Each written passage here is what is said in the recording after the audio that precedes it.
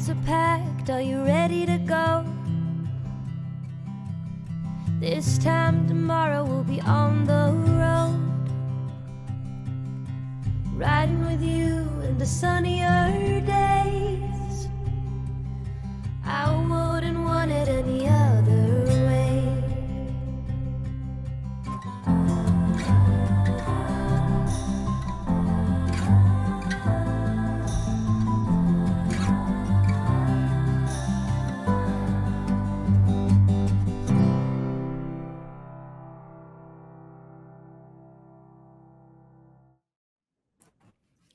Hello, everyone, and welcome back to another chapter of Children of Éarte. We're so excited to have you with us and all be back together again. And first, as usual, we will kick it over to Adam to tell us all about our sponsors.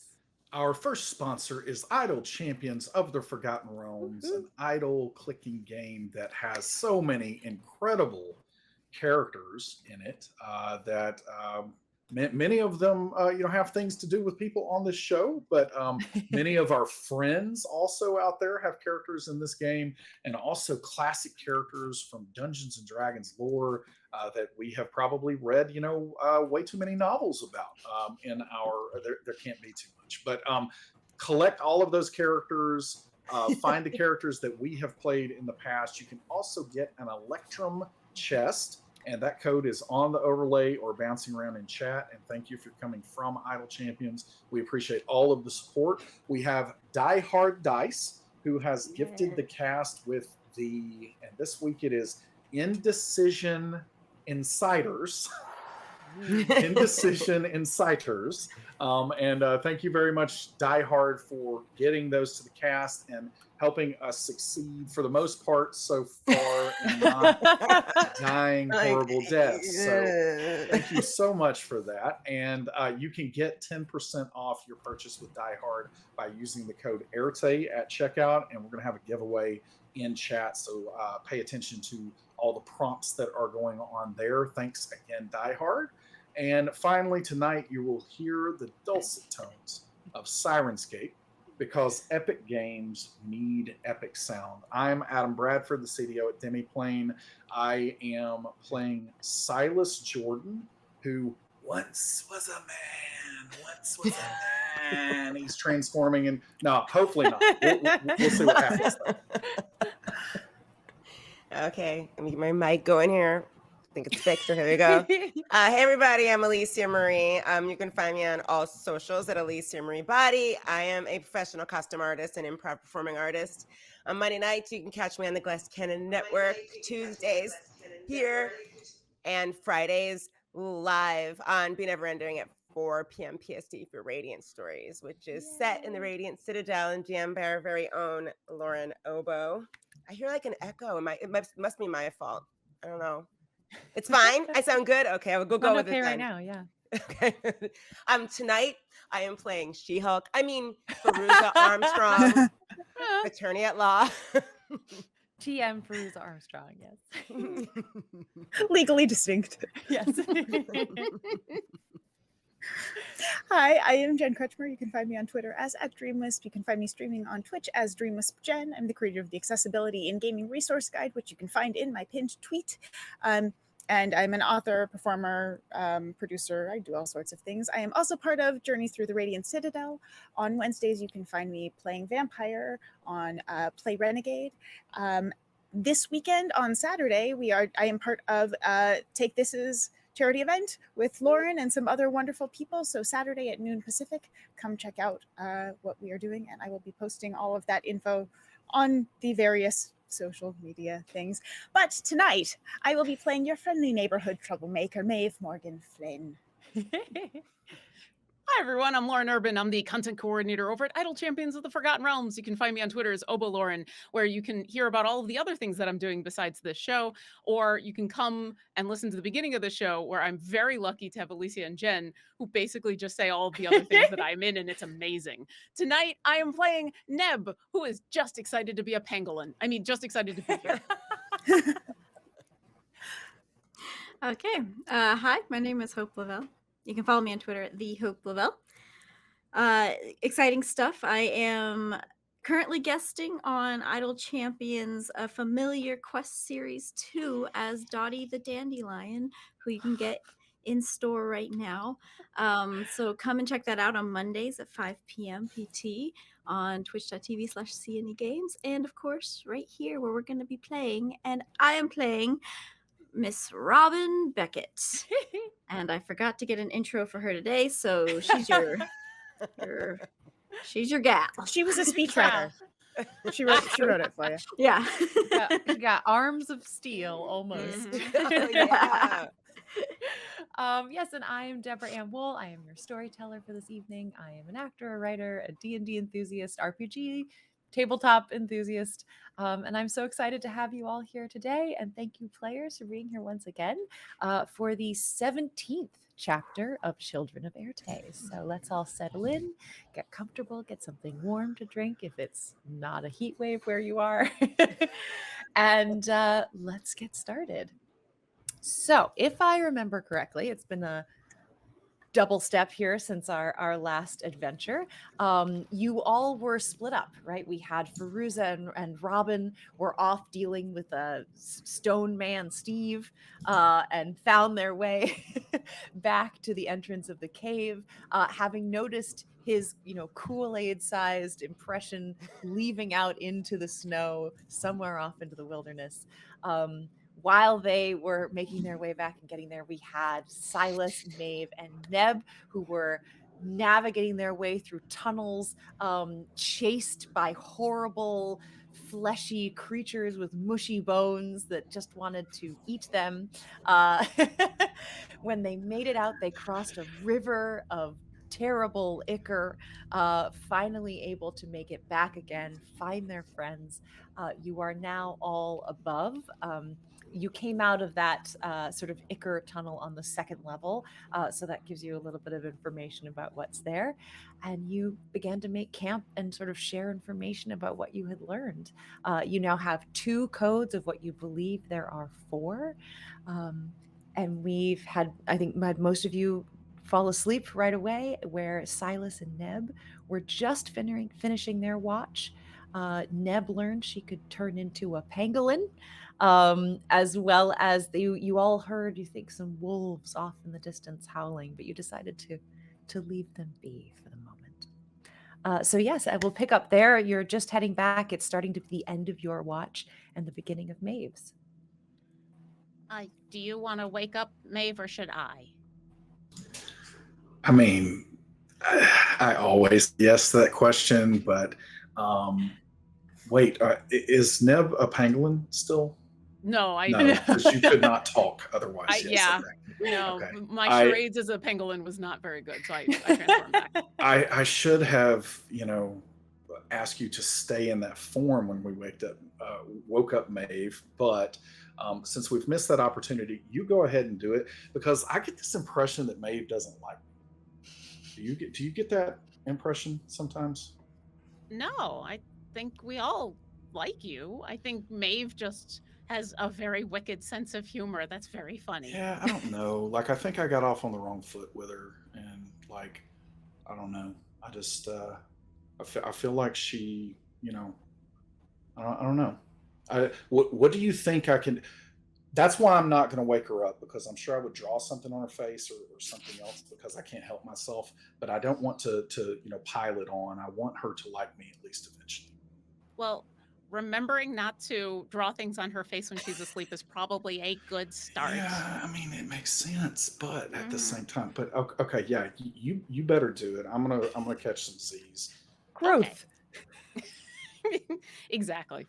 Yeah, I'll walk over to where Maeve is and find a foot. Find one of her feet and just kind of gently tap on her heel, just to get her conscious. My brother would do this to wake me up gently. Hi. What? It's your turn to take a watch. I know you look very excited about it. Sorry. All right. She sort of grabs a hoodie and snuggles up close to the fire, grabs her thermos and Yeah, settles in. maybe taking the book to read a little bit more, the notebook. Yeah, absolutely. That we found. Mm-hmm. There was really nothing that happened. Fortunately, there was some wolves that howled a bit, but they were far away. So hopefully your They're watch not will go. close. Nothing else was close by. No, not that we saw or heard. I think it's pretty quiet. No moose or statues or moose rat statues. parties or Nope. Nothing that I could see. Fair So enough. have All a right. good watch. Thank you. I'll go bundle up somewhere and just Neville curl up. Mhm. All right, Maeve. So quite quickly, things sort of get quite quiet. You just hear the little crackle of the fire. The light dances off the sides of the cave. With the snow on the one side, it's quite well insulated. It's pretty warm in here when the fire's going. Okay. I'm going to wait a little while and see if anything seems to happen. If there's anything nearby, I'll kind of keep an eye out. But I'll be reading the notebook and see if there's anything in there of interest or what it's talking about. Which notebook are you referring to? The one from the The train? one that we found on the train. Yeah. On the train, yeah. So yeah, this sort of notebook again. It's like a journal, but almost more of a planner. You know, there's a couple of entries, like we said, about sort of talking about their relationship, but it's mostly like to-do lists and ideas. And what we'll give you with that is say that certainly if anything comes across your path that is relevant to what's in the journal, you've read through this a couple of times. We'll give you some extra sort of perception related to that. Thank you. After I'd say maybe an hour and a half, enough time that people could really get to sleep. Yes. Maeve's gonna go over to her pack and rummage around down to the bottom of the pack, kind of hidden in one of those little hidden zipper pockets. Yes. And she's gonna pull out Silas's hat. How does it look? Is it a little worse for wear now, or does it look pretty? No, I mean, pretty I good? pretty much put it away right after I You caught it, and Okay, it good. hadn't been beat up too much because it was right in the very beginning. Yeah. It was caught it right midair. after we got on the train. Yeah. So it hadn't taken, I mean, maybe a tiny bit from being crumpled in the bottom of the pack, but in general, it's been pretty well preserved. And as soon as she puts it on, sort of the flickering of the firelight, her features change and her whole bearing seems to change. And she looks just like Silas. Identical. Clothes, eyes, every single feature is now just, it could be Silas sitting there. And she's going to go over to where Silas is sleeping and very, very gently sort of shake him just groggily awake. I don't want to make him wake all the way up. Yes. But just a little bit semi-conscious. No, Mom. 10 more minutes. And I'm going to tap him. I roll over. And I see myself. And you see yourself standing above you, wearing your hat. Again, the light just flickering off your face. I'm going to... Yeah, I don't really know how to be quiet. Wait. I put the hat. Are you me? Are you me? I wink at him. Wait. Silas, you wink at yourself. Wait. You see yourself wink. Is this a mirror? And I'm going to reach out. And I'm going to step back. Okay. And I'm going to... You see yourself step back into the shadows. Yeah. Wait, is this real? And I'm going to go right back to where I was sitting by the fire. And in the flickers of the firelight, all of a sudden, I'm back to Maeve. Yeah, it must be a dream. Silas is going to go back to sleep. What do you do with your hat, Silas? He doesn't think it's real, so Okay. probably just like falls beside him where he is sleeping for the time. All right, Silas, you roll back to sleep. It is very warm. It's that smell as well of like burning wood, and it does feel a little otherworldly, and it's very easy to just drift right back off into sleep. You're so tired, and you haven't had a proper shower. You have all these towels and never gotten to use them. Yeah, you drift right back to sleep. Maeve, is there anything else you'd like to do with your time? I think that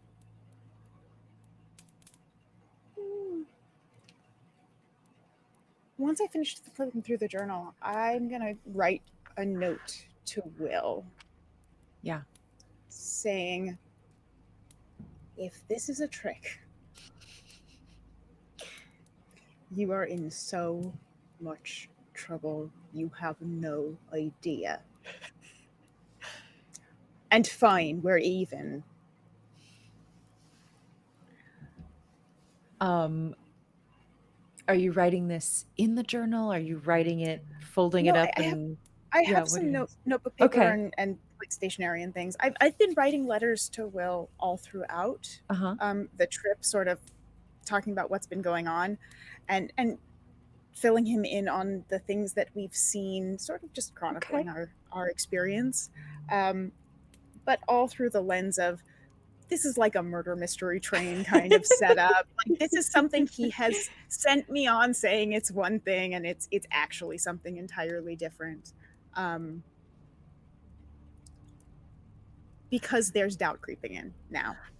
As you write this letter to Will, is there a memory that comes up? Anything about him that just sort of strikes you in this moment? I mean, I think there were flashes of the last time I saw him and how that all went. Sort of an image of a letter on the kitchen table, and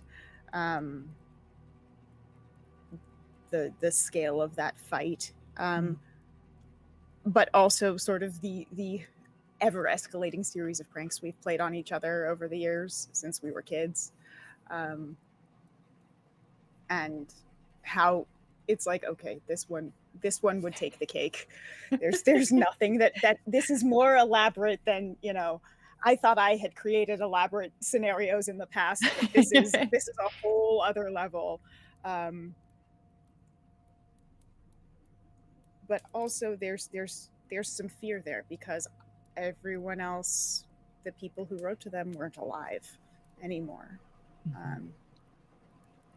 So there's almost a desperation in the note of, you better be playing a prank.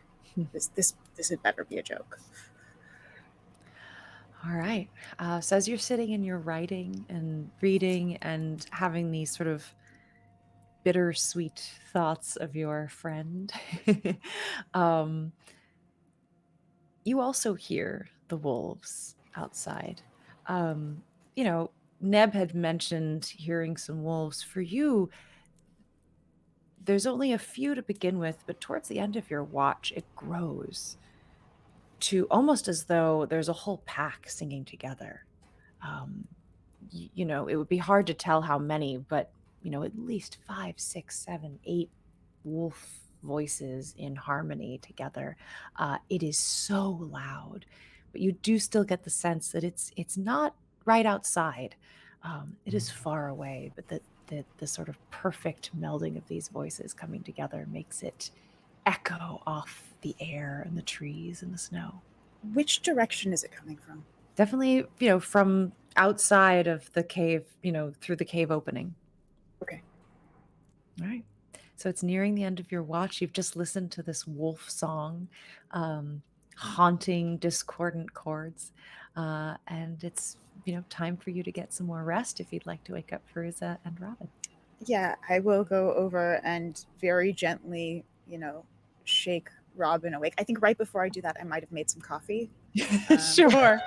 I probably did that early in the Oh watch my and made a goodness. second batch by this point. The best part of waking up. Robin? Taken some Advil, like gotten dealing with the aches and pains of traveling throughout the day, adjusted various wrapped ankles and things. Take the downtime to recover a little bit. But you found a rock that you can sort of rub your with shoulder a tennis into. ball. Just Get into the those perfect muscles. little knot. Yeah. And then I'll make coffee so that there's coffee for the next shift. Amazing. And I'll go over to unless in the past I've seen Robin drinking tea. Do you drink tea or coffee normally? Tea. Ooh. I will have boiled water then as well. Okay, fantastic. Do you make good coffee? Roll I for make it. strong coffee. Strong coffee. Good. We can have you roll for it, but I feel like Maeve would know. No, I think it's more just like packing in as much caffeine as possible, and Okay. So Robin, as you begin to feel Maeve wake you up, you are met with just the strongest hit of coffee scent in the air. It's just filled this cavern up. Fairuza, you have also gotten 8 hours of sleep at this time. So if you are relatively early riser, this might wake you as well, just the scent of it.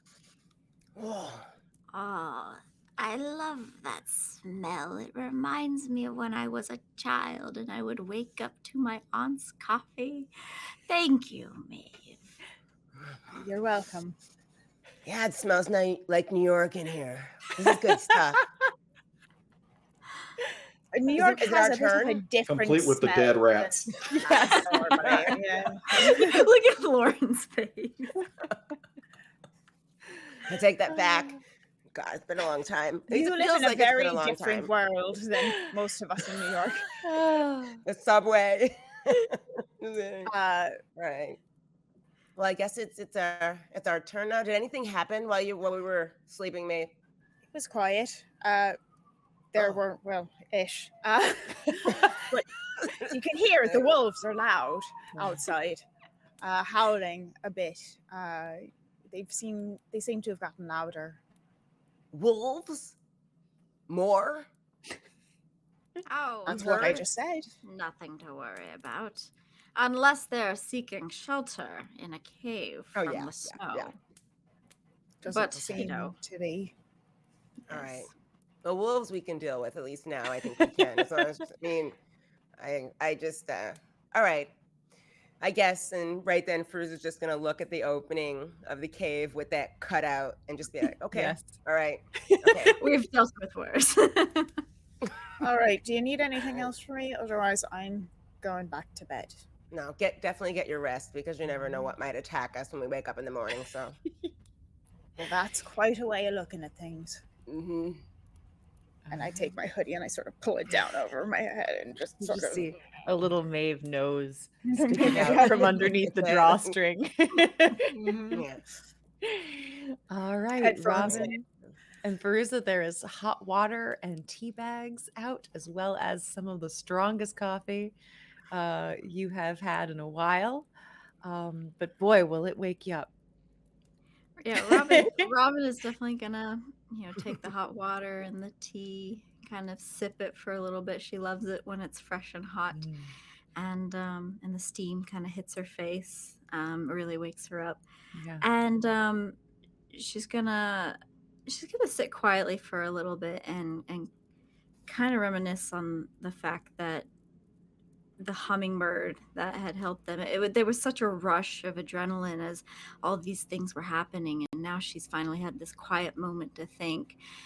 And she knows in her mind that maybe it wasn't Harold, but she likes to believe it was, and she kind of sits quietly, missing him, and just kind of, she pulls out the photo album, and she kind of just looks over it, and she tries to find a lot of the pictures with Harold, and when they went to see the Northern Lights, or they went to Machu Picchu, or somewhere, and she's just kind of looking through that, and then she's, oh my, I almost forgot, and she puts it away, and she pulls out a little sewing kit, and she's gonna go over to Silas as he's sleeping and start fixing his pants.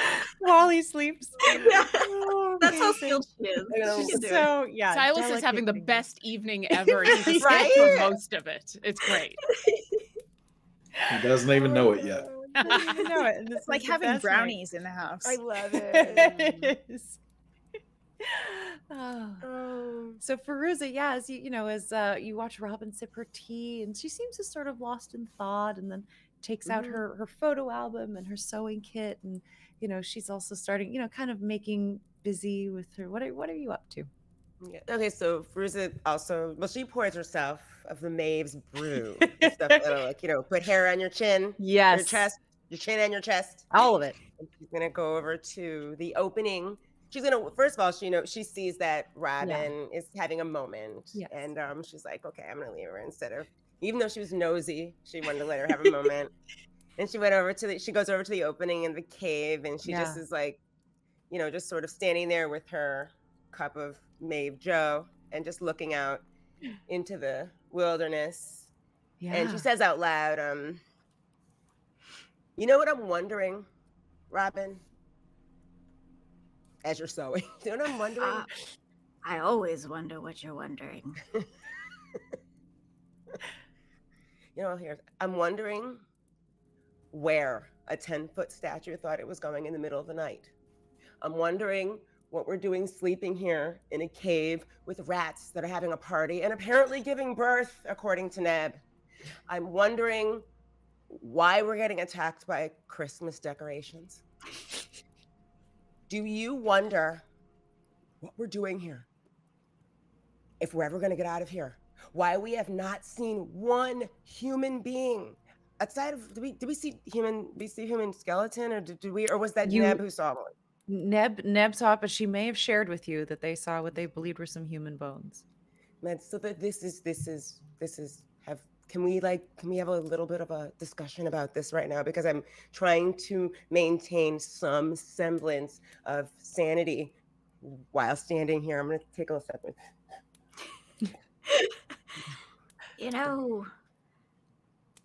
That's a lot of things to wonder about, but maybe we can put it under an umbrella and wonder, why us? Why were we gifted this experience, this moment? I feel grateful for it, even if we don't know what's going on. There's so much more to see and do, and now we have that chance to explore it. And yes, it can be quite scary, and we are facing things we've never seen before, but we're making it through, and we're together. And Fairuza. Yeah? Tell me, what was it like being a lawyer in New York City? Lawyer in New York? Oh, I'm actually, I'm pretty proud of getting where I was. I mean, considering, where I'm from originally, my whole story, and I kind of knew from a very young age, where I was going to go and what I was going to do. And I never let myself waver off that path once. I prided myself on knowing what was coming next. That was part of who I wanted Fairuza Armstrong to be. So it's just, I guess, being in this sort of a situation where I don't know what's coming next. I don't like that. This is not something that's canon to Fairuza Armstrong. So I'm just trying to adjust a little bit, that's all. I do like the fact that we get to share stories, though. I like learning about Harold, and I don't think I've said this before, and I'm afraid I may not have a chance to because something may kill us. But I admire you. You know why? Because it's obvious that you've lived your life fearlessly. You've done everything you wanted to do. You're like, guess what? I woke up in the morning and today I'm going to sell ice cream out of a truck. And you did it. Obviously.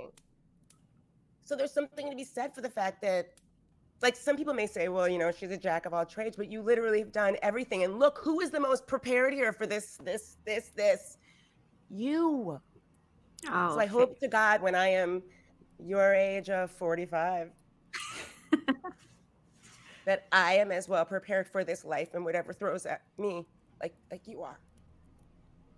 you know, Fairuza, there's a second part to that saying.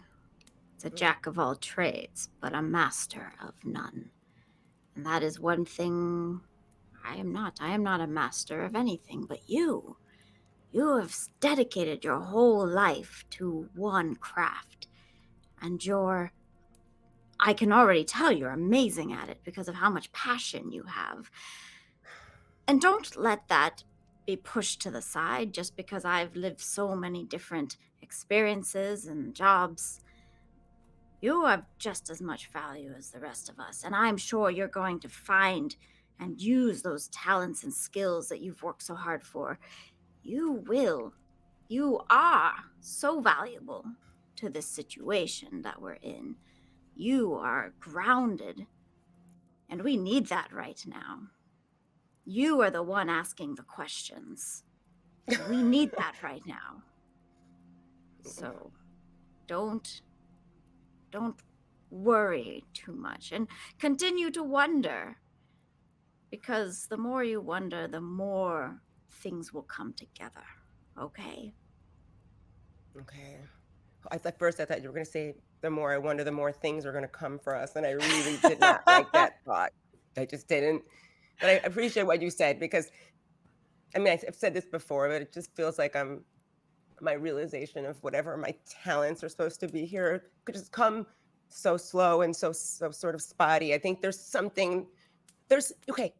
You know, when Maeve like turns herself into a roach, a rat, a wolf. I don't think she got the first one, but she seems to have figured out like right away, like what to do to get that happening. And there's something I know so I've gotten some strength down here, right? Mm-hmm. I still can't figure out what the button is. The button that will allow me to tap into that strength thing. And I guess it's just I'm a little frustrated because I'm not used to being. Well, I mean, I will stop doing this, but I was calling myself a bit of a failure down here. But you've made me kind of look at things a little differently, so I do appreciate that. So yeah, that's definitely one thing I hope to figure out soon.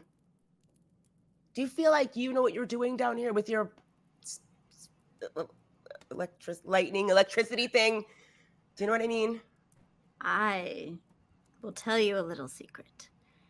I Okay. have no idea what I'm doing, just like the rest of us. But you know what? I just go with the flow and rely on what I know and the experience I've had. And with this electricity thing, well, I was just playing with a static shock. It's nothing compared to what you do. It's amazing. And tell me, Fairuza, what are you passionate about outside of work? What makes you have the strength from within? What makes you want to be strong and want to be fierce, that brings out those powers? What makes me want to be fierce? What makes me want to be strong? Yes. Maybe, okay, you know what? If the situation calls for it, I'm gonna try to look within and think of the things that just really pissed me off. All right, yes, that's good. Wasn't where I was going, but okay. Whatever works. Okay. Can I tell you something really quick? Yeah. Robin? Okay, they say everyone has like their 5 minutes of fame in life, right? Mm-hmm. Here's mine. This isn't my natural hair color. Really? It isn't. What? No, my hair, it was brown, like dark brown and beautiful, like dark chocolate. I thought it was perfect. I mean, your hair is gorgeous, but it fits for you now. It's beautiful, and you look like a queen. So here's my story and my teen, like, claim to fame, 15 minutes or whatever you want to call it. I was always very tall and skinny, and I got picked on my whole life for everything. My dad was a lumberjack. You know, he has the lumber company. And he always said, you know, when things get bad in life or people are coming and you're upset, take it out on the wood. And when you're done, you will have something you can sell or use to warm your home or sell for someone else to, you know what I'm getting at, right? Mm-hmm. One day, you know, the kids at school were really coming at me. They called me everything from, you know, they called me snake hips. Do you know what that is? Yes. Okay, they called me beanpole. They called me olive oil was probably the one that they really stuck to me. I came home, I was 15 years old. I was so angry, and I grabbed my axe. I ran out to the backyard, took my coat off. I was so angry. I didn't realize that it had started like misting outside, like rain a little bit. My parents had always said, never be in the backyard when it's raining, you know, because you're in an open area. I was just too angry to pay attention to it. I just started going at that wood, and every bit of anger and everything I felt that day at school came out of me. And then I felt that like mist on my face, and I felt a little bit better, but I said, I'm not done yet. So I threw my axe in the air to bring it down one more time with like this scream. And that's all I remember. And I woke up in a hospital, and news trucks were there and the press was there. And the headline was, electric girl, teen girl gets shocked with 40 million volts of electricity and lives to tell the tale. I had not one scratch on me. But a week later, my hair started turning. And I dyed my hair for 2 years because I didn't want to give the kids anything else to pick on me for. But my mom and my dad told me, this is you, and you have to embrace who you are now. And I let myself go gray. And yeah, they did come for me, but I don't know, there was something, I got a little bit of strength in having this odd color hair for someone who was 16 or 17 years old. So that's that. I mean, I guess you were talking about stories of strength. Like that's the only time I can actually think in my life where I was standing up for myself as hard as I stand up for other people in my job and what I do in life. As you've been telling this story, you suddenly notice, you're not sure when it happened, but the storm that was raging outside has stilled. The snow has stopped falling. The clouds have moved through. As you turn and look outside, a clear sky with more stars than you've ever seen in your life stands above you. And all you feel is a vaguely familiar cold mist on your cheeks. Do you feel that, Robin? I do. This is so weird. This is so weird. It's, you know, it's almost, and this is a reach, but it's almost as if the weather that's around me reacts to my emotions. So bizarre. Completely impossible, but yeah. Nothing is impossible here. I think I'm beginning to believe that. And with passion like yours, anything is possible. The wolves begin to howl again, louder than ever. Fairuza, it's like the sound surrounds you. It is beautiful and haunting and terrifying. And suddenly, it stops. You hear a thrash, and off in the distance, a tree falls in the woods. Silence. Did you hear that? Please tell me it was just something in my head. No, that sounded not good. Usually when a tree falls, what's happening? Well, it depends. Is someone around to hear it? In this case, yes.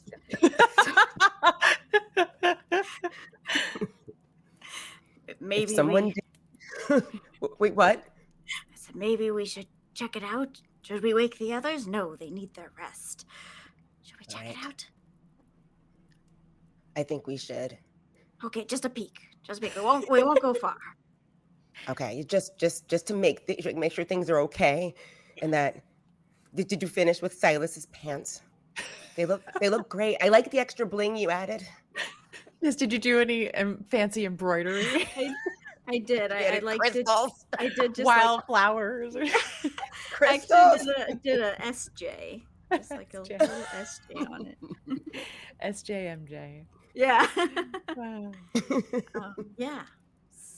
Finish that up, and I'm just gonna take a peek outside. Do you Okay. bundle up, or are you just going to step out as you are? I'll bundle up. Okay. Because I think Robin knows she's probably gonna go a little further.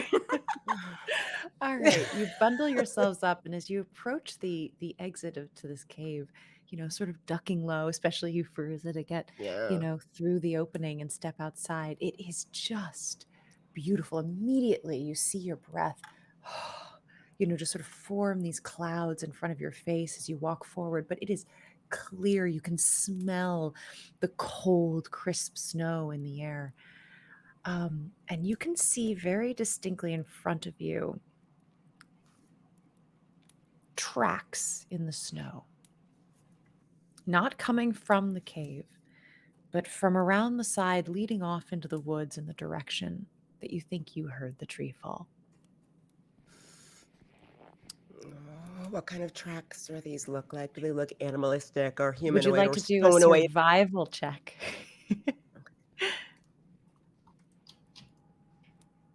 I'm gonna let her do this one all on her Uh-huh. own. Oh, she can. She can do it. She can do it. Oh gosh. She can't. Okay. What's No. your roll? Yeah, I got an 8, so it's An all you. 8. As you look at them, this is definitely a 4-legged creature. So not human. They're not feet in the human sense. 4-legged, paws, hooves, you're not Something- sure. But yes, something that's- not a foot. Something came to look in on us, Robin. I just don't know when. And looks like it's going towards the sound of that we heard. Okay, so these are our options right now. Mhm. We bundle up. I'm thanking the good Lord for this boiler suit, because I'm gonna be honest with you, Robin. We haven't eaten anything, and I swear my original clothes are tight. What are in those things that Robin is giving us? Not Robin. Sorry. You can see where my brain is right now. The things that never, maybe they're like calorific or something, but I feel like my clothes are tight. You know the berries she gives us? My clothes feel tighter, but the boiler suit, thank God it's bag enough. But yeah, I had to take my pants off. Well, you look great. All right, I'll deal with it. Second option, we pull ourselves up and we go check while the others are sleeping, or we wake them up and we all go together. Yeah. While I enjoy my time adventuring with you, I do think this might be something we should involve the others in. I agree, All because right. there are 4 feet there we see, and Neb is sleeping. Yes. Yes. Right. Okay. All right. Let's So wake them up. Are you If going they've to had wait enough. till the end of their rest to wake them up? Yes. No. So you'll no. Oh, yes. Fairuza says no. Robin says yes. Some indecision. Robin will, Fairuza, it's been very long, without rest. I think let us wait it out and make sure that they're rested. Okay. Okay. I agree All with. Just pour me another cup if you. There's any You drink your tea and coffee and wait. The sun just begins to come up, a little bit of light coming in from the outside. And you feel that the 4 hours have passed and the others are beginning to stir. There's still coffee. It's a little old now, but probably doesn't matter when it's that strong. And yes, the rest of the 3 of you begin to awake. Silas kind of rolls over. He's like, "Oh man, I'm on a rock." And then he pulls out and he's like,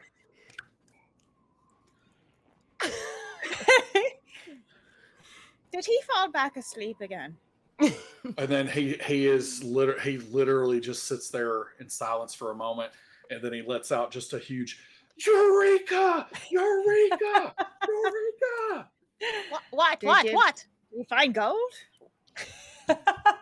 And he's What is just it? there. And Silas doesn't hear a word that any of the others Yeah. are saying, but inside his head, he's basically just hearing like a ba-da-doom, doom, doom, doom, doom. What I want you've got, and it might be hard to handle, like a flame that burns a candle. And it goes, this is going on all the times. You make my dreams come true. You know, and it's just playing. And then everybody sees him jump up, and he's like mouthing words. And you might get the faintest little idea that you hear the riffs of the music just slightly coming out, and he's dancing, and he's like dancing with the hat, and he's singing the song, and completely oblivious to everything and look at everyone that? around. Look who wished his hat back into existence. Couple of risky business slides in there, I assume. Absolutely, probably in underwear because his pants probably don't fit anymore with everything that's probably. But then he just turns around and he's like, no power in the verse can stop me. No power in the verse can stop me. I dreamed this back into existence, and then I had another dream that Miss Robin and Fairuza were having really loud conversations around me while I was sleeping, and I knew that like that would never happen. They would never Ever. actually do that. And but I dreamed that Miss Robin sewed my pants together, and they're sewed back together too. It's magic. It's magic. Prophetic dreams. That's amazing. Oh my goodness. Looks good on you, I Silas. just thought I would never get it back. Oh my gosh. Don't lose it oh my again. gosh. Oh, And man. Maeve just walks over to the coffee and fills it up. And then, Oh, Feel I'm better? so happy for you.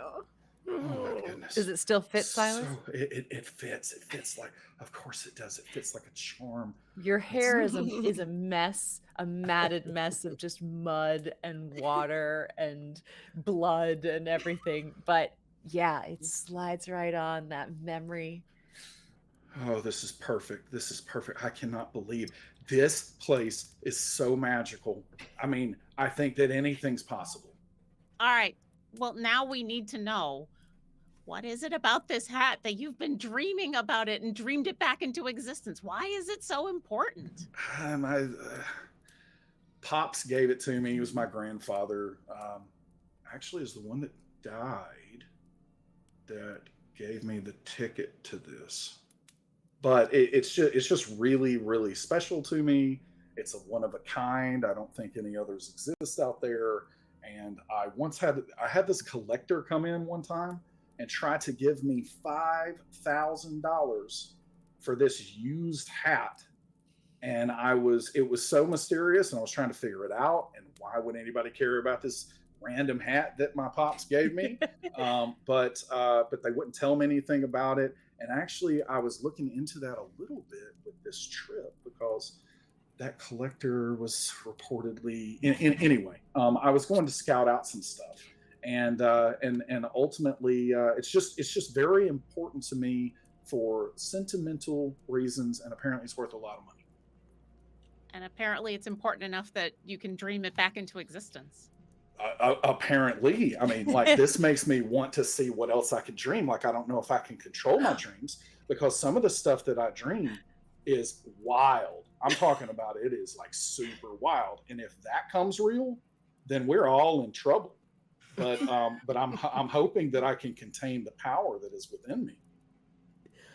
Well, you were thinking about wishing for your hat before you went to sleep. So maybe when we go to sleep tonight, tomorrow, whenever we're going to sleep, I don't know what time it is, think of what you want to wish for next. Maybe that was the key. The last two clues. That's what I should try to dream about. All right, I mean, we'll see. Dreamweaver. Maybe it doesn't work every time, but I'm just saying that. I don't know. It seemed to be that you wished the magical dance thing that you've been doing into existence, and you believed so hard in that that it seemed to happen. And now you've wished your hat back into existence. So maybe the equation is, do you want something badly enough? Maybe it's not the actual dream. Maybe that's just a medium or a vehicle for it. Maybe you just have to want something so badly that you manifest it into some version of the reality that we currently find ourselves in. I mean, Are we all trapped in your nightmare, Silas? why is it a nightmare? Fairuza, I don't mean, know. I don't know. I don't think this is a nightmare. I don't think so, because I would not have come up with the made-up creature that Neb turned into last night. Because I don't even know what that is. It's not a made-up creature. And I'm going to look right at Robin, because I figure if anybody knows what this is, it would be Robin. I figured out I could turn into a pangolin last night. Oh, how lovely. What, you know what one of those is? Miss Robin, are you just pulling my leg right now? You didn't have animal books as a child. Yes. I had plenty of animal books. I had books that had dinosaurs in them, and I have never seen, this was like a half dinosaur, half something else. They're and adorable. It's definitely not. Does everybody know what a penguin, pangolin? What is it called again? Pangolin. Pangolin. Maeve, Does everybody know what one of those is except for me? I don't. It's cute. I'm just saying. Does anybody have any charge left on their phone? I don't have a phone anymore. Sorry. I do. No. I have a flip Google phone. pangolin. How do you spell that? PANGOLIN.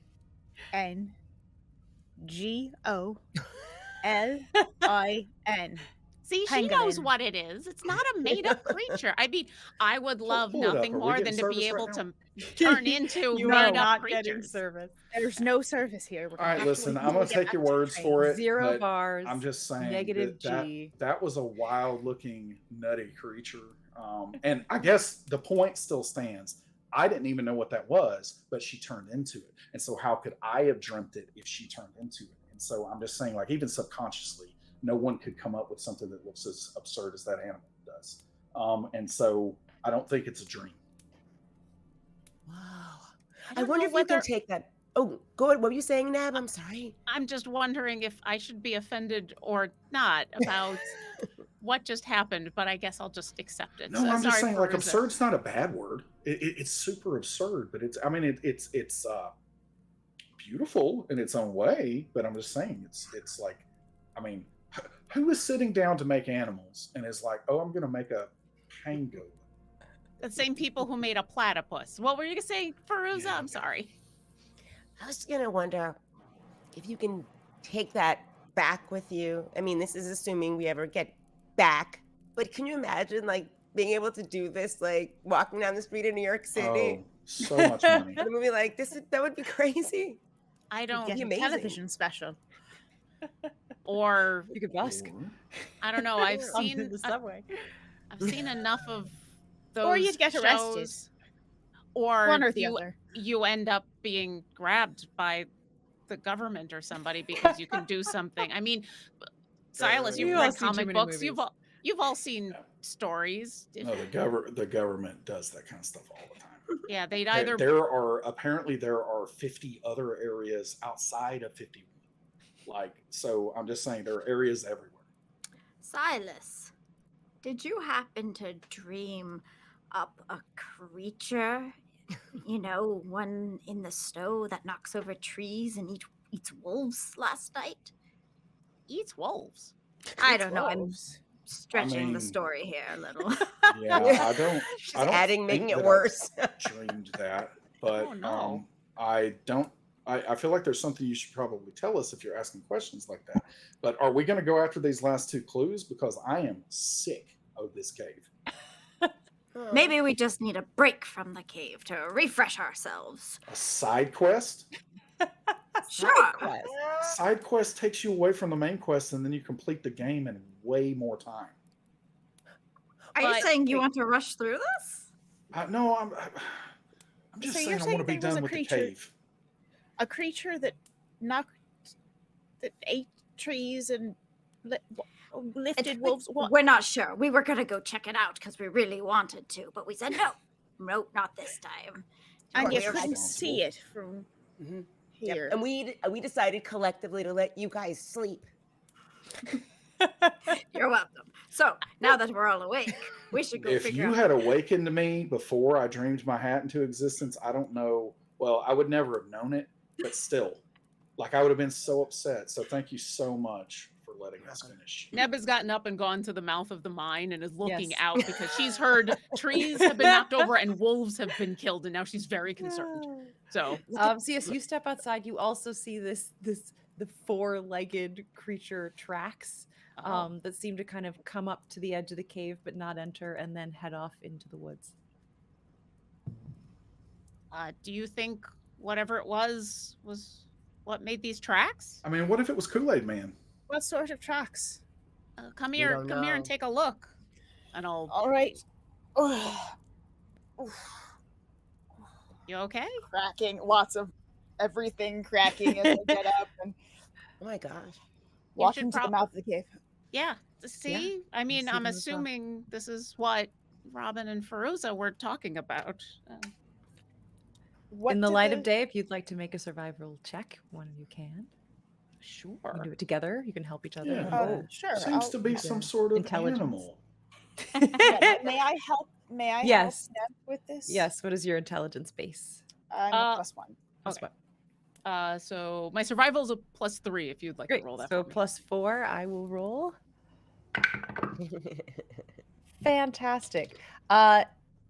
Neb, as you go over to look at this, and then Maeve sort of dusts a little bit of the snow, like the fresh fallen snow, to give you a better look at the actual imprint. You can see that these are very deep, slender footprints.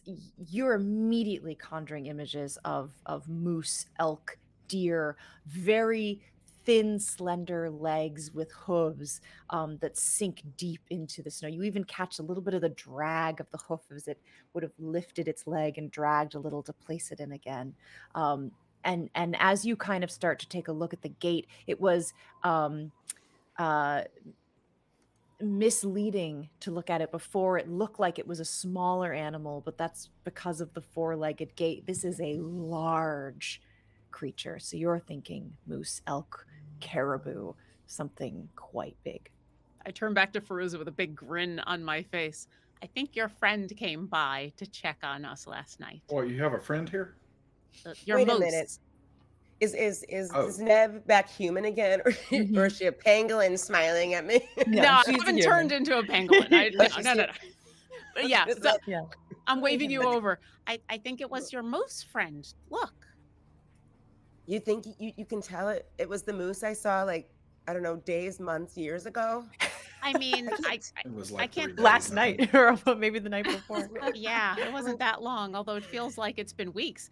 Yeah. I mean, I can't say for sure, but you see how they're really skinny and they're very far apart. And I mean, I think it's like a moose. And considering where we are and everything that's been going on, I have to assume it's your moose. I Does mean, anyone normally think those it's- kind of coincidences are pretty wild, but I mean, honestly, I just dreamed my hat back into existence. So Does anyone else think it's strange that Robin has found her hummingbird friend? her and husband Fairuza bird. has a moose. It sounds like we And all need Neb animal is all of the things. Yeah. Is it? I want to work on all the things, but I want a so gray far only timber wolf, 3. and I shall call it Timber. Maeve is right.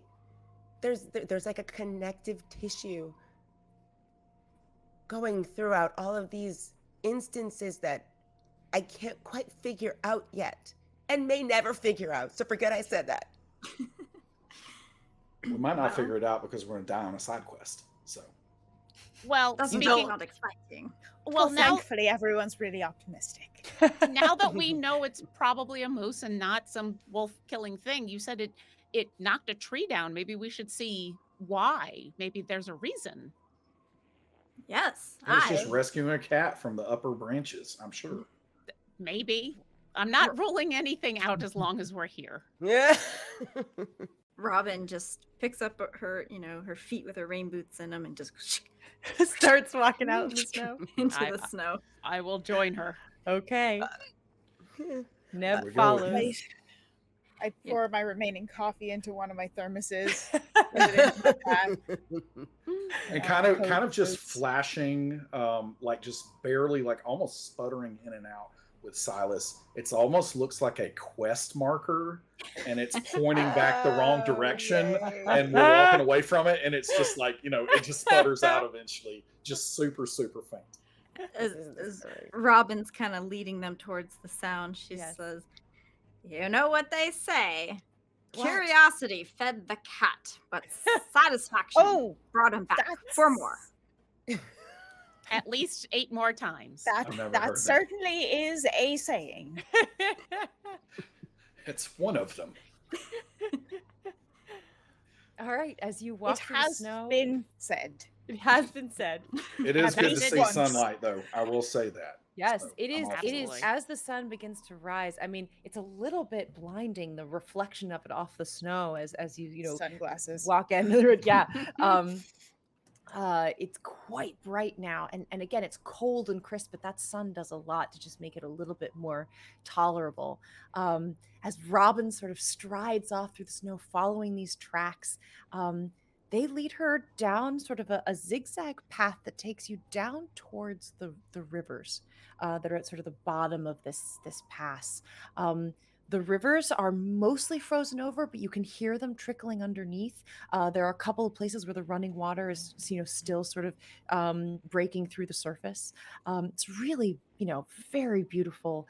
All you hear is just the trickle of that water. There's no airplanes. There are no trucks. There's no nothing, just nature and the crunch of snow under your feet. You can see that these footprints cross the rivers. Oh, how far across is the river? They're not super wide. You're probably like 10 feet each, and there's a little sort of landing in between that's maybe 15 feet. The Twin Rivers. Fairuza's just gonna look at everybody and look back across the river. I mean, we should be careful, but if it could hold a moose, it should be able to hold us, right? I'm just wondering how far we should go away from. You mean here. away We do have from- a mission. Away that's from right. the main quest, as Silas would say. That's true. Well, here's Okay.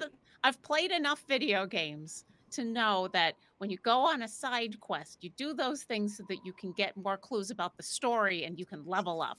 So I think we keep going and check out what Fairuza's moose. I wanted mean, to sometimes look at. it's just for, achievements and completely meaningless cosmetics.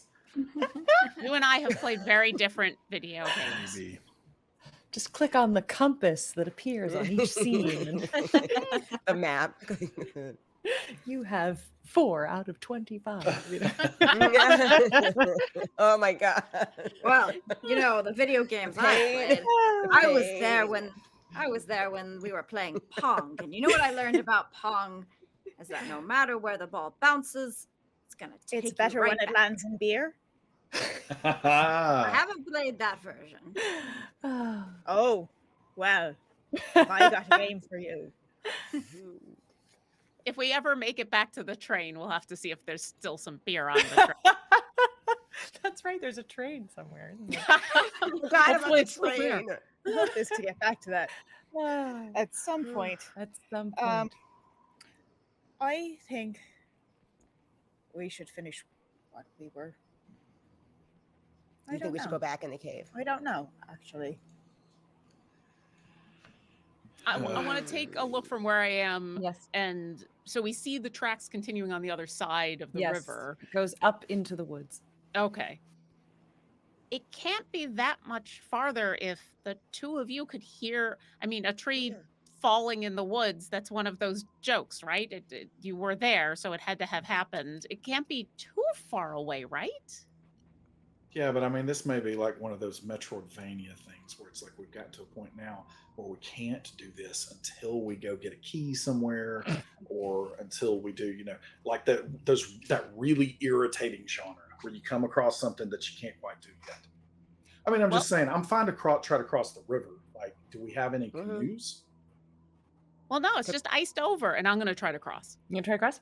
Neb, yeah, as you step out, there's a little crack below your foot. It supports you, but you start to feel that, ooh, the sun is out. The moose crossed at night. This is bright daylight. It doesn't feel totally stable underneath your feet. Even if you could make it, Neb, it ain't holding me. No, that's fair. I thought we could do this, but I am a little nervous about someone getting Metroidvania. wet. Less about Metroid and more about freezing cold water.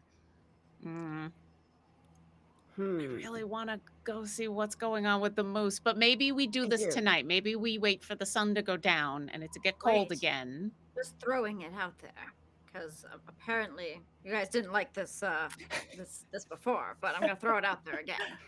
What if Neb were to turn into a wolf and then could just run across and run over the hill and see if they can find something and then report back? Are you faster as a wolf, Neb?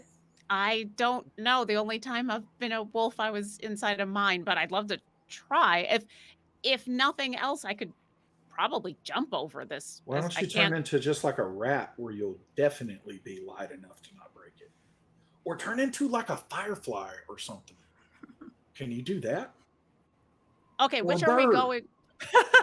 Which are we going with? Because I feel like some of these turtle are way better about getting across the river.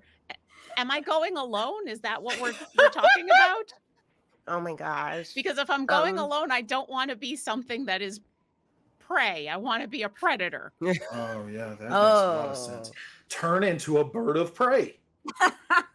Like a peregrine falcon. I'm gonna think really hard about a peregrine falcon. And Yeah. I don't know. I don't know if I'm. I don't know if I'm picturing it quite right. I guess. We probably don't have the key. Yeah, something about the aerodynamics of that creature. Your brain can't quite wrap itself around that yet. Look, here's the thing. How does the sky look? Beautiful. Crystal clear blue. Okay. Does it look like there are any clouds anywhere that would be moving in later? No. Or like It looks so clear. I mean, it looks like, perfect blue sky. All right. Well, I don't think we're in danger of this being snowed over at the moment. And it doesn't seem like the creature or whatever it was crossed a while ago. So we're unlikely to catch it at this point, right? That makes sense. Maybe it'll just come back and visit again tonight. I just don't know if it's a good idea to be wandering out here at night. It's in the dark because a lot of things creep out. I mean, it's your friend. And they came to check on us. I mean, did you see the track stopped right outside of the mine? So I'm just more curious as to what could knock down a tree. Well, apparently Fairuza, I heard that she is like from a family of lumberjacks. Maybe that was the explanation she gave when I asked. Are there any other creatures around? I mean, you see birds. Probably little squirrels and things like that. Chipmunks. Do you think there's anyone here who might have seen something? Probably. Do we see anything that I could talk to that is gonna have an an intelligence that's gonna be smart enough to have a memory more than 5 minutes? I've very quickly learned that not everything I talk to has the capacity to really hold thoughts in their head. I'm gonna look around for. Yeah, I mean, you're seeing small woodland creatures, and they're hard to catch, right? Like a chipmunk will stick its head out of its little burrow and then just disappear immediately. Yeah. Birds are probably your best bet. There are, quite a few little birds flapping around. I mean, underneath the snow, hard to say. I'll give it a try if I see some birds, because it works with every thing. It's not a single creature, so Yeah. I'll give a very long look at a finch up in the tree. Yeah, absolutely. You see a finch sort of perched up there. It's shaking its wings, trying to shake the dew and the ice off of its wings, and it, sort of exercising out its shoulder muscles a little bit. Good morning. You hear it go, morning. Oh, I have to learn how to roll my R's now. Hi. Can I ask a favor if you've got a moment? The bird sort of leaps off into the air, flaps its wings, does a couple of little spins, and lands on a lower branch. I've never spoken to one like you. I am a Disney princess. This is amazing. I've never spoken to a bird either, so this is a new the accent. Sorry. So this is a new experience for all of us. We're following some tracks of what I think is a moose, and it sounded like a tree fell. Do you know what happened? Yes, follow me. It immediately takes flight. Back and forth in front of you, flies right across that river, almost sort of hovering practically like a hummingbird as it just sort of, darts back and forth as quick as it can. What are you waiting for? Neb's not waiting, that she's going to follow the bird. As you step out into the ice, about halfway through, you feel your foot dunk down. You pull it up. It is freezing cold and wet. Please give me a Constitution saving throw. Oh, yeah. Here we go again. All right.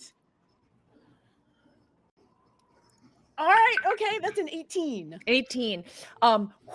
You feel it immediately begin to soak through your shoes into your sock. As soon as it reaches the air, it begins to harden and become ice. It is absolutely frozen your foot. Very uncomfortable. Stepping on it is painful. Can I quickly get to the other side before Yeah, more how are you things get doing? dunked? You pull yourself forward. You land in this sort of island in between the two twin rivers. The finch looks down at you. Whoopsie daisies. That's one way of saying it. Okay. That was really cold. How does the ice look for the rest of the way? Yeah, don't do that again. What are you doing? I would like to not do that again. Yes, be very careful. You said your survival was a +3? Yes. Okay. Gosh, hard to tell. There's a lot of snow on top of that ice. Knowing the condition of the ice underneath would be really tricky. You potentially see like a rock in the middle, so you could jump a 5 foot, but it would be hard, Neb, especially with a frozen foot. Neb, Yeah. you got to get down like a penguin and go on your stomach. Kind of, flatten out the surface area so you're not. Yes, you know. Absolutely. Slide. Or maybe just turn into a friend, penguin. come, friend. We'll miss it, friend. Come. Apparently I'm gonna miss something, but I will get down on my belly, and I don't care how ridiculous I look. I'm gonna do exactly what Robin said. Silas is gonna keep he's gonna start kind of rushing down the river in one direction to see if there is another way to cross or something. Fantastic. What is your survival? Oh goodness. I would like for you to roll that You because got it. Silas might have false confidence anyway. So that is going to be a +0. Fantastic. As you run down the side of this river, you see rocks. You see a big log that's kind of like traversing almost the whole thing.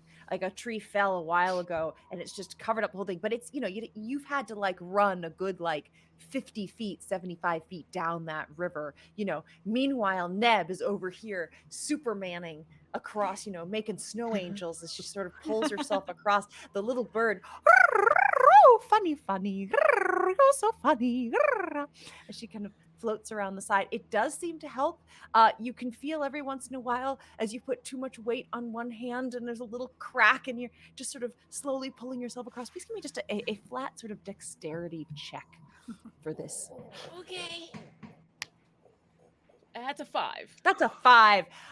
Just as you're getting to the other side and you start to push yourself up onto your hands and knees in order to scramble up on the bank, both of your hands and your knees slide through the center. I need another Constitution saving throw, please. Okay. All right. Okay. That's a 16. Okay. You pull your hands out. They shake this tiny little quiver down into your nerves. Everything is just pain. You can't help but let out a moan as you pull yourself up onto the bank, rolling over onto your back. Your hands are instantly blue and purple just from that feeling, and the wet along the sort of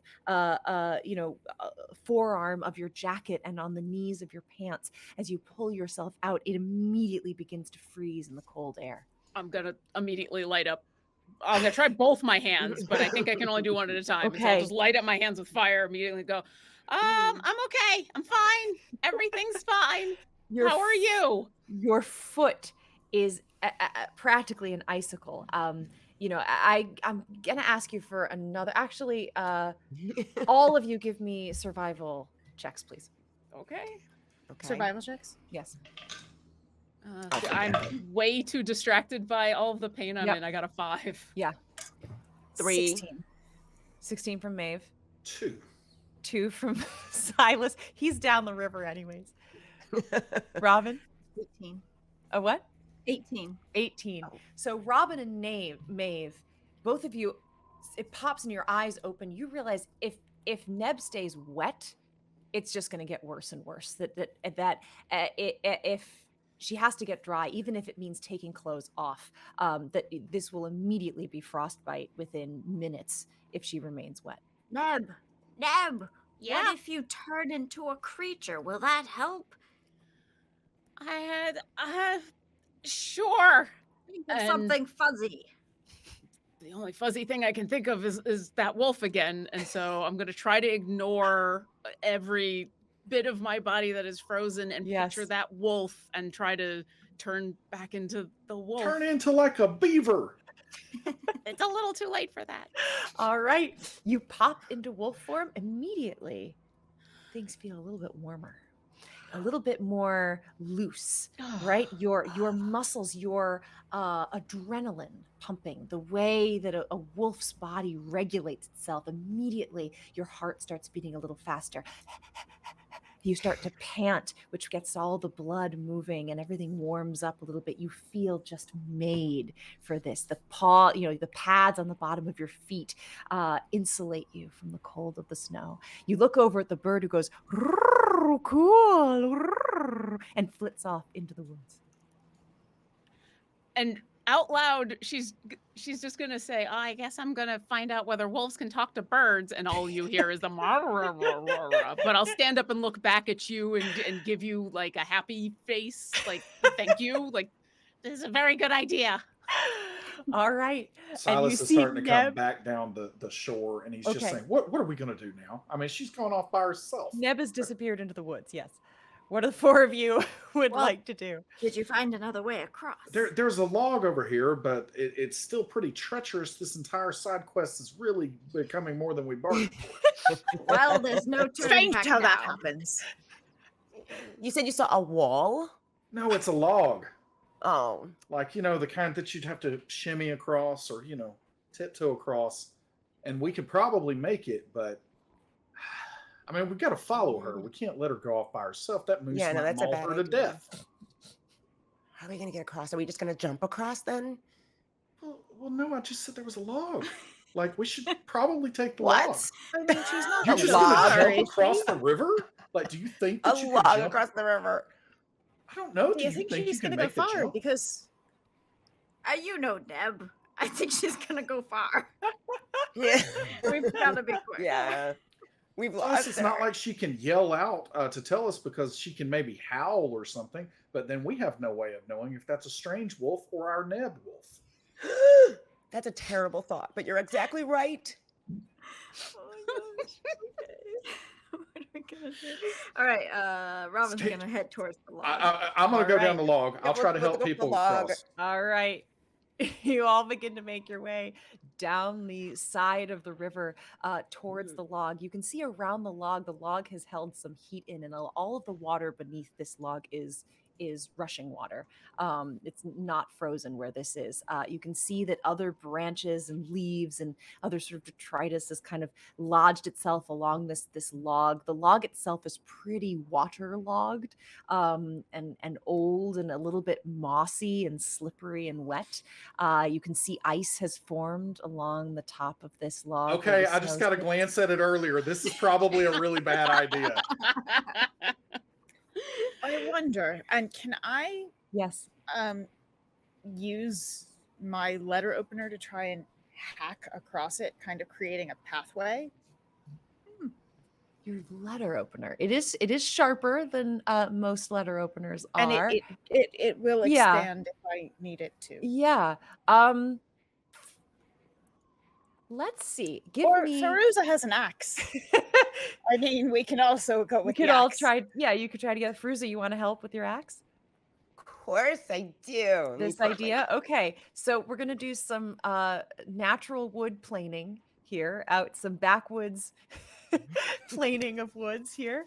Fairuza's made for this. And So hope the log doesn't disintegrate. let's do. Well, if it does, we'll know it wouldn't have Yeah, held our that is weight. very true. Very true. We'll do a sort of group strength check with Maeve and Fairuza, the two of you working Yes. together. What is your Okay. strength, Maeve? My strength is a -1. Is a use -1. my Okay. dexterity So, for weapons. if you were trying, so we'll use your dexterity, Plus and 3. Fairuza. So what is your dexterity base? It's a +3. It's a +3. It's a All right, +1. Fairuza, and what is your strength base? My strength is a +1. Is a +1. Okay. No, my strength is a +3. I'm lying. My Yes, dex I is was gonna say it +1. probably should be.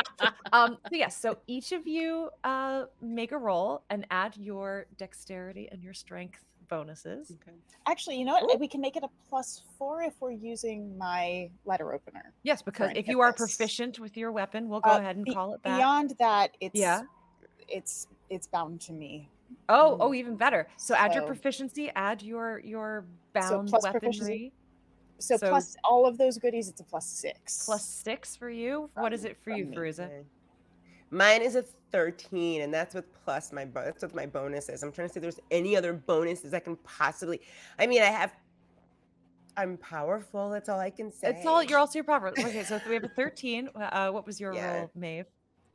I have not rolled it. Oh yeah, go ahead, roll and add your 6. So it's a 16. A 16 and a 13. Okay, so Fairuza, you take the first sort of lop at it, right? And you're able to get like a chunk off the top of it, and then we'll say, Maeve, you come in and kind of clean it up, right? So Fairuza gets a good chop, cleans off the top, and then you come in and kind of even it out, make it a more level surface, and you can see that yes, the wood beneath, while it's wet, it's not icy and it's not mossy and slippery.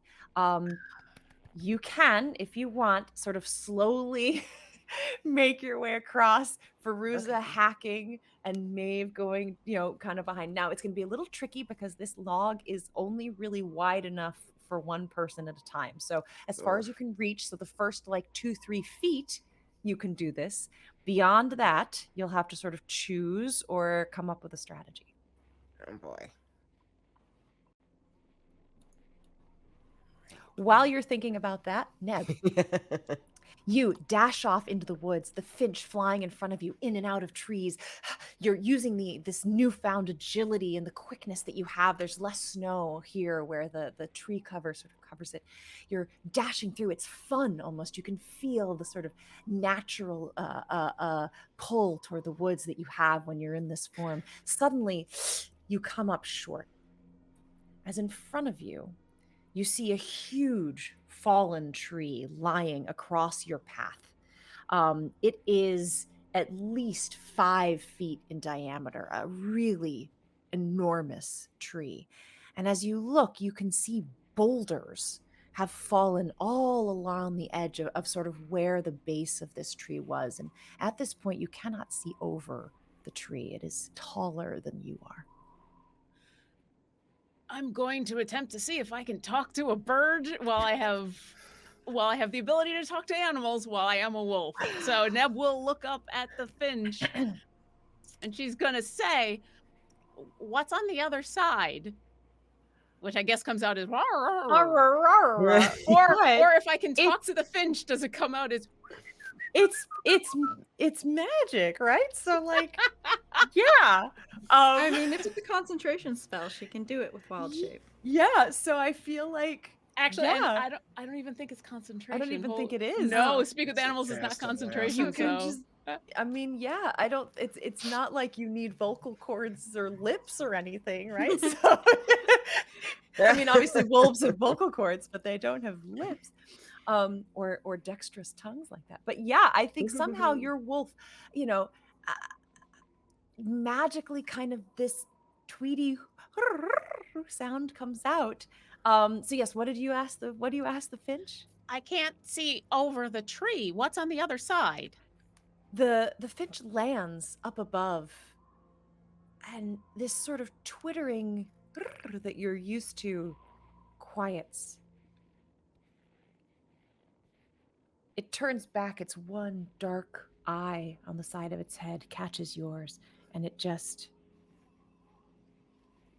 shakes its head 3 times and very quietly says, "Turn around. Go back to your friends." And flies off into the trees. I want to take a moment and really listen real hard to see if there's something else out here that this bird has noticed and I haven't. Perception check. Okay. And since I'm listening, because wolves are really good at this, I get advantage on this. Wolves. Because wolves. Wolves. Because wolves. It's a 24. Thank It you. is a 24. The wind is not very strong here. But even you think you sense the resistance of wind against flesh. And as you sniff as well, using your other because wolves sense, you smell fresh blood on the air. Can I tell which direction it's coming from? The other side of the tree. How far away? You said this tree had fallen over, so there's obviously a place where it had originally been. I would like to very quietly move in that direction so that I could look around. Give me a wolf stealth check, please. Okay. It's going to be way better than my stealth check. The wolf has a +4. Actually, I'd like you to roll that then. So the wolf has a +4. Okay. It's about 50 feet, a bit downslope, to go find your way around the stump of this tree. As you make your way down, you can see that when the tree fell, it pulled up 20 feet of root. So it's this tall root base with mud and ice and rock and plant life attached to it, leaving a crater of warm earth underneath behind its way. Do you want to go through this crater and around, or go down and around the crater as well? My goal is to just peek around. What would keep me potentially more stealthy so that I could peer around like a corner of the tree? So staying closer to the roots, going down into the crater and up around would allow to give you a bit of, you'd have to expose yourself pretty much as if you came around the edge. Then yeah, I want to go down and up and try to stay stealthy. You step down into this crater, the loose earth sort of moving below your feet. You're able to adjust to it. As you begin to walk, you see earthworms and just insect life. Whatever is living beneath this tree is just alive and been uprooted by the fall of it. You climb up the other side, again, digging your claws in. As a human, this would be almost impossible, but digging your claws into this loose earth, you're able to just pull yourself up around the side as you peer around to look on the other side of this tree. You see that the tree has pulled down a few others, kind of clearing up Still about 30, 40, 50 feet back where you were on the other side, you can see a number of furry bodies lying in a clearing, fresh blood on their pelts. From this distance, you can't tell whether they are alive or dead, but they don't move. The breeze just gently caresses their fur. Do I see or hear or smell any other creatures? Assumably whatever attacked these wolves. From the previous very good check, no, you would identify the sound and the smell that you had found before to be what you're seeing now. I'm gonna scramble out of the hole and approach. As you approach, slowly getting closer, you see 10 wolves slaughtered. Only one, you catch a raspy breath.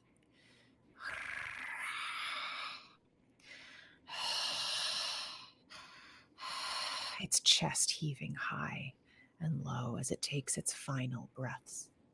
I'm gonna come on over and sit down next to it. What happened? This one is dark, dark gray, almost black fur, almost a silver running through it. As you come close, its huge head, almost with a mane, sort of shifts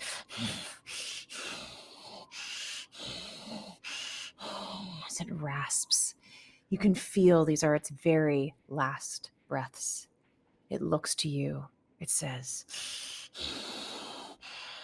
"Run far away. Never saw it coming." As the air expels from its lungs. I think in this moment she does. She runs. And it's less about her, and it's I think in this moment she has the instinct of another wolf has told her to run, and she's going to run, and she's going to run back to her pack because they might be in trouble. As you run as fast as you can back around this crevice, this time you don't go through it, you go around the edge. You begin to hear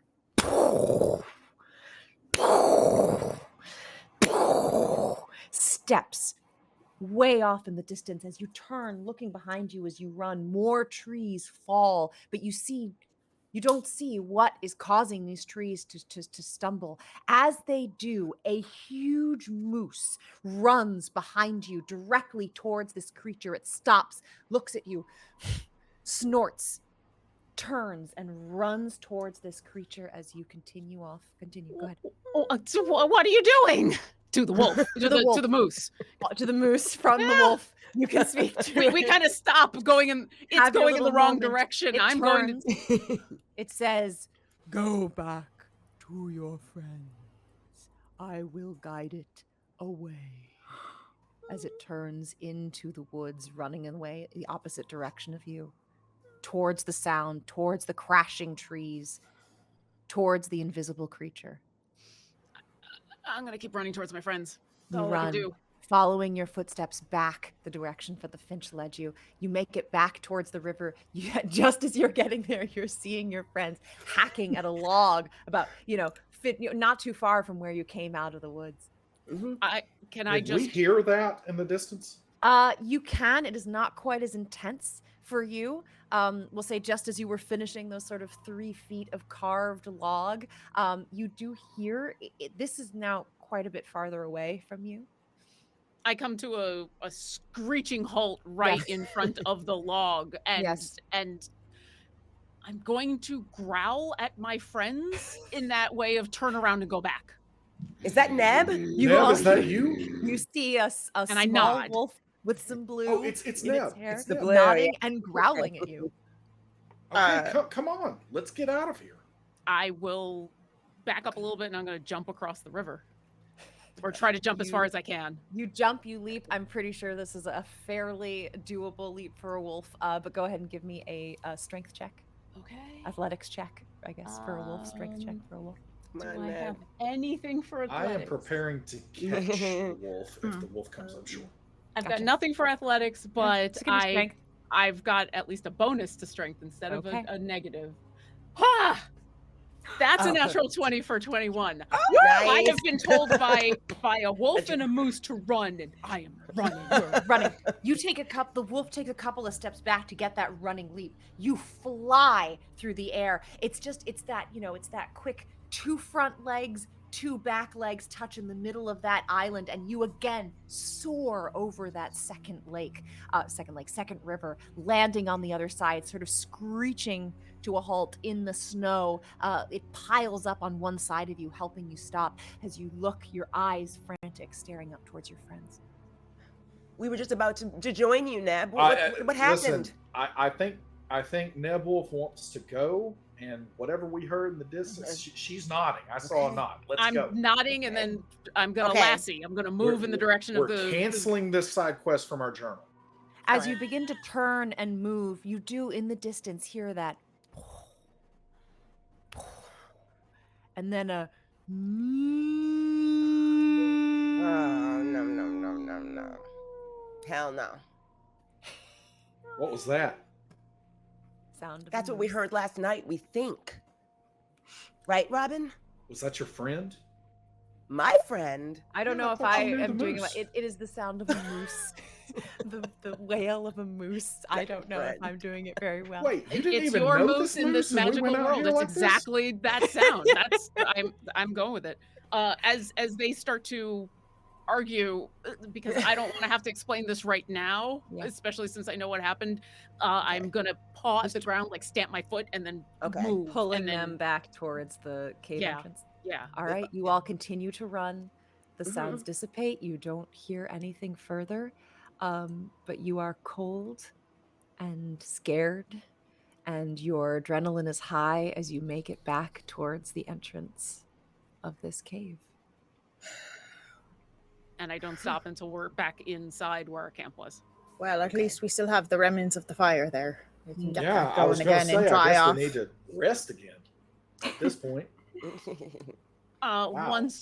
Once we're back, I will take a very long moment and calm myself, and then knowing that it's probably going to be bad when I turn back, but I got to tell my friends what happened. I'm going to think real hard about what Neb looks like and turn back into Neb. You pop back. Now, inside this cave where it's a little bit warmer, it's still very, very cold. Your wet feet and knees and arms. But they don't seem to freeze instantly the way that they were outside. And I'll immediately produce my fire fist, and I'll say, that was a lot. Fairuza, Are you hurt? Fairuza, your moose is protecting us and saved us. That was, yes. There's something in the woods that attacked all the wolves. It just tore them all apart, and that's what the noise was. The tree that came down. I don't know what it is, but the wolves didn't know it was coming. They were surprised. They were surprised by it, and then it arrived, and I ran, and then your moose appeared and said to go back to all of you and to get out of here, and it was going to lead it away. What? How do you have something that can rip up a tree and no one That's sees? exactly what I was thinking, Maeve. I mean, maybe it was a Kool-Aid robot. I don't know what it is, but it decimated an entire pack of wolves, and I was able to talk to one just before it died, and it said it didn't even see it. I don't know what's out there, but it's terrifying. And you said you spoke to and saw my moose from... Yeah. Really? Yeah. It was... How do we know it was your moose? Well, it's my moose now, and it's my moose forever, Silas. We'll talk about this later. It ran in the direction of whatever that was, and it said it was going to lead it away, and that I should go back to my friends. And Fairuza, I don't know how it knew, but it looked at me as a wolf, and it must have known who I was, because there's no other wolves left. What? This is... I just want to say I'm very happy that you heeded the moose's advice and got out of there and came back to us. But the other thing that I'm wondering is, like Robin's hummingbird, who or what is that moose? And what significance I can't even talk. What significance does it have to us, to making sure we're okay? Like, this is also, and you were almost part of that pack that you said you saw was dead. All Oh of my them. God, I'm glad you didn't go too far. There's something out there that's either knows we're here or it's, I I mean, don't know. that is an example of us being low level, running around in a high level zone. Like, we need to stick to finding mirror shards and get the hell out of this place.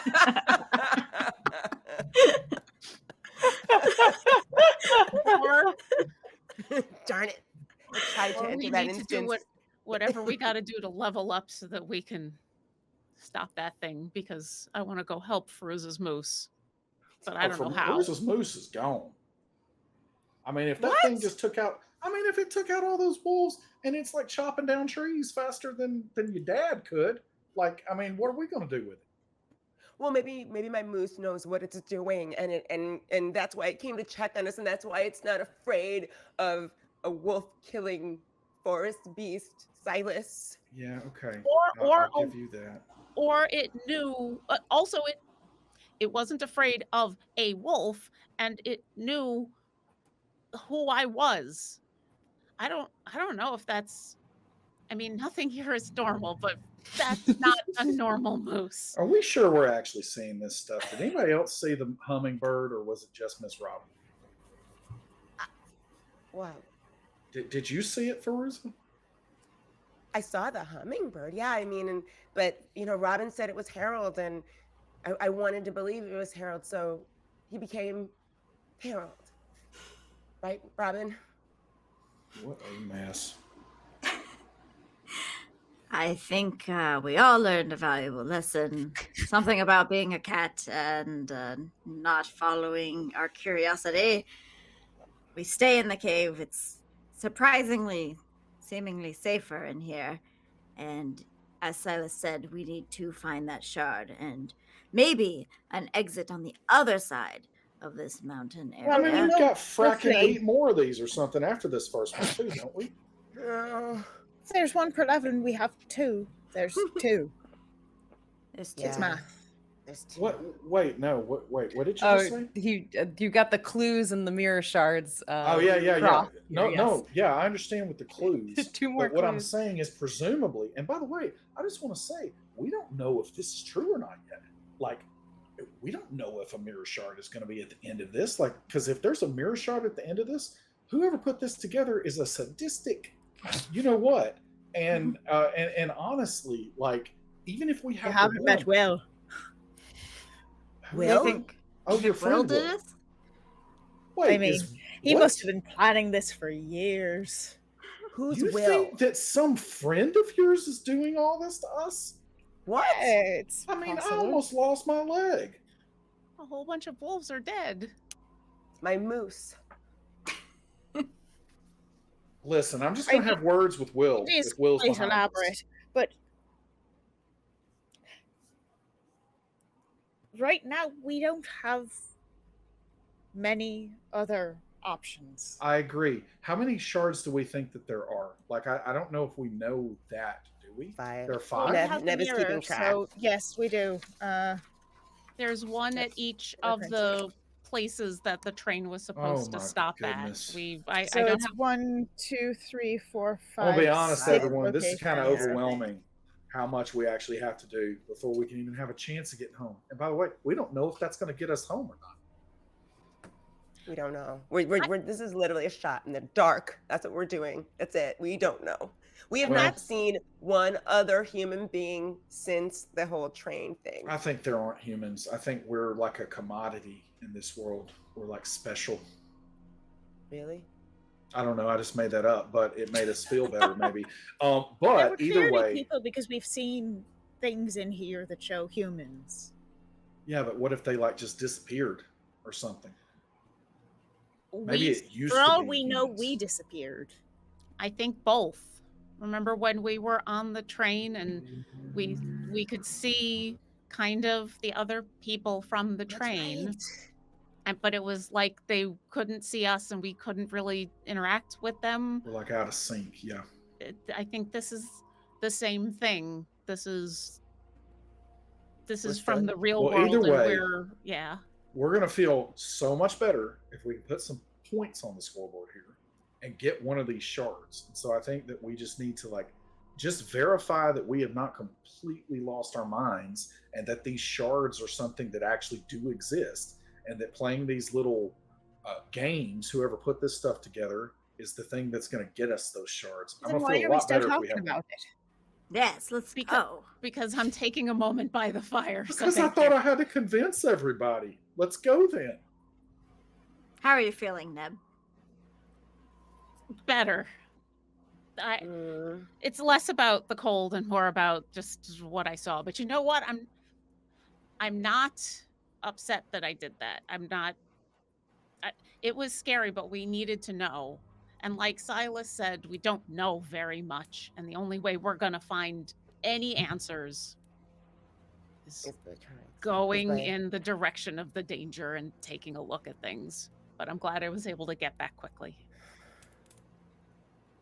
What was some of the things? I mean, you said you spoke to some of these animals, which is really amazing if you think about it. Again, what did they tell you that made you turn around?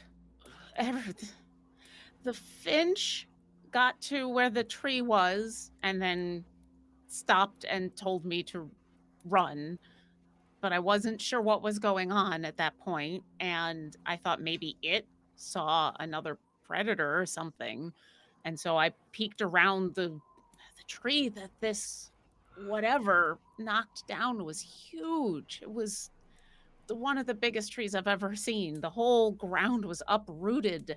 And when I peeked around to see what the problem was, that's when I saw the pack of wolves, and they were torn apart.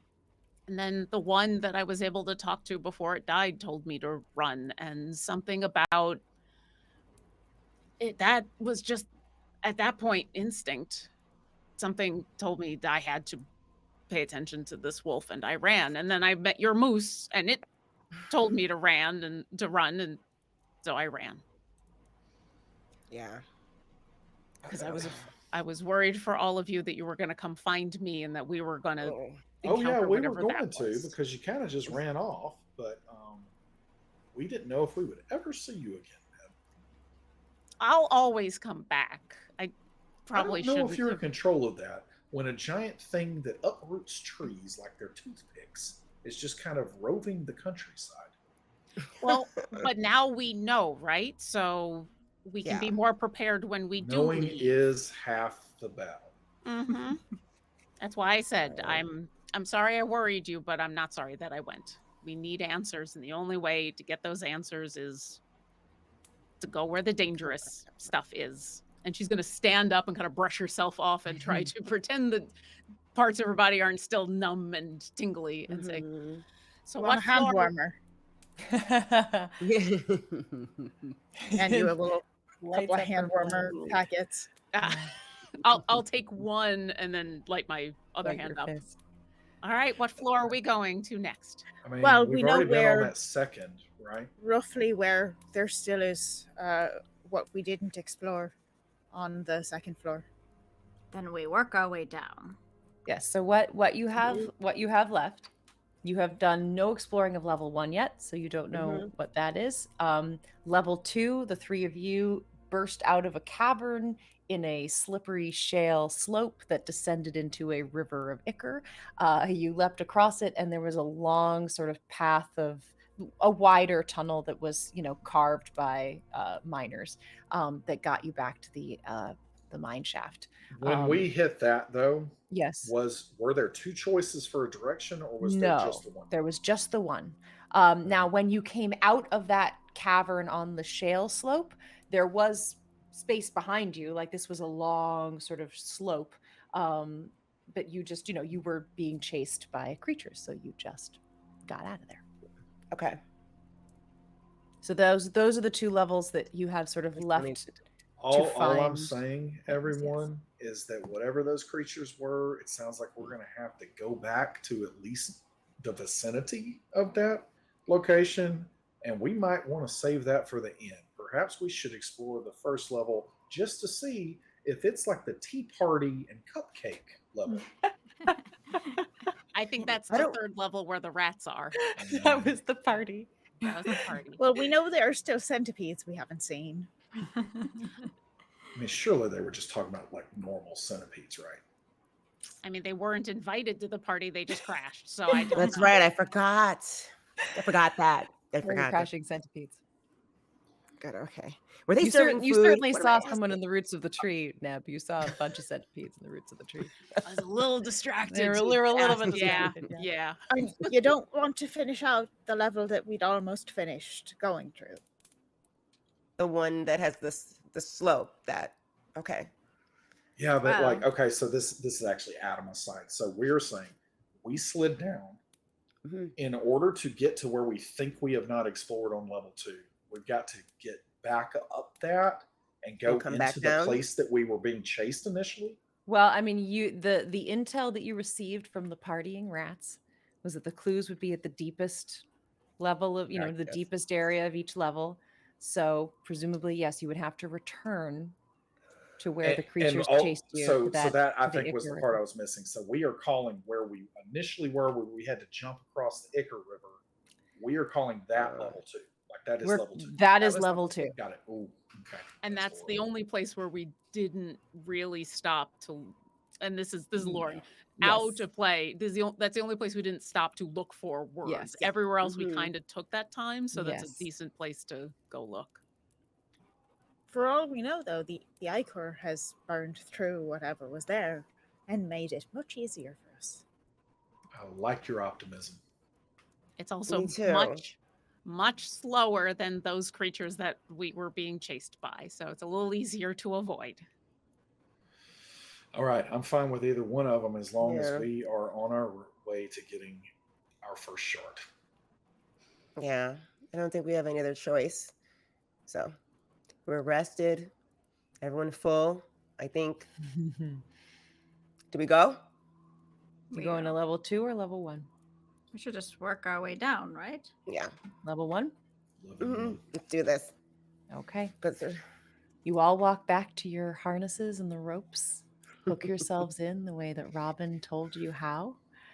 You begin to descend. The first level is right there, and it's actually on your side. You don't have to cross over to the other side of the elevator shaft to get to it. Slowly, where cameras at the back of the tunnel, and we see you all come down through the shaft. A line of very sort of dirty, hardened, wizened adventurers here. As you land there, your boots, sneakers, shoes making a tonk as you sort of pay out the rest of your rope like experts. Your headlamps turn on, those of you who still have working headlamps, as you peer into the darkness of this level. It's not very deep, maybe about 15 feet, and it is filled with rocks. Many of them are sort of crushed, half crushed and broken apart. You can see it's quite a tall tunnel, this one. And towards the back, there is sort of a strange mechanism. You see a large sort of thick stick or log that has been sort of attached in the center with some metal clippings, and then kind of a stone barrel or almost a fire pit looking thing that this log lies across. okay. Is it? So it looked like I'll say this, like a well. It looks almost like a Mhm. stone well, and placed on top of that is a long log, thick, sturdy looking log that has some metal in the center that's sort of, again, almost like if a bucket were to be attached to it. Mhm. All Okay, there. So roll it's it up. like a rudimentary well. Okay.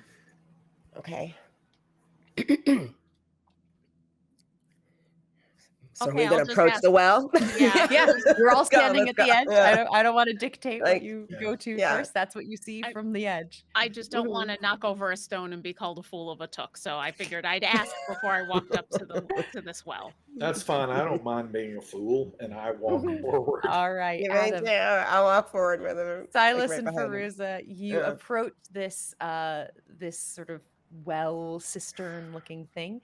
Mhm. As you peer into it, it is filled with stone.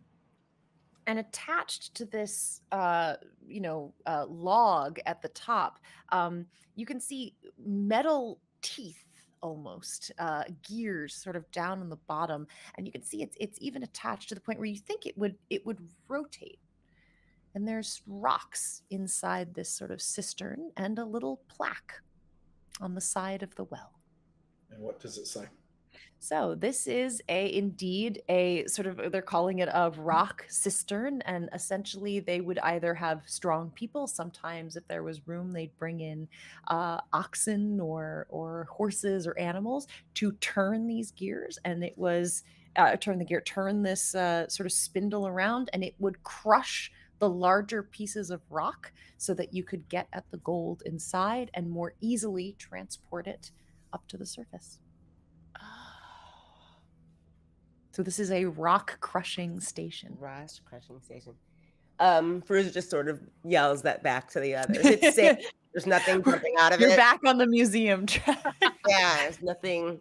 It looks like it's just part of the museum. Yeah. Oh, part of it. quick, let's crush some rocks. See if there's something inside of them.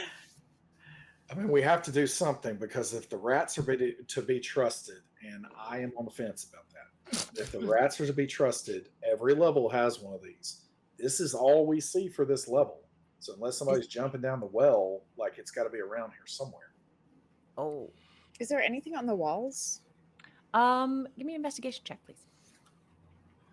Can I help with that by holding up my Yeah, fist a sure. little bit What's more? your Yeah. intelligence base? Would be a +3. Plus 3. You need a little light over here.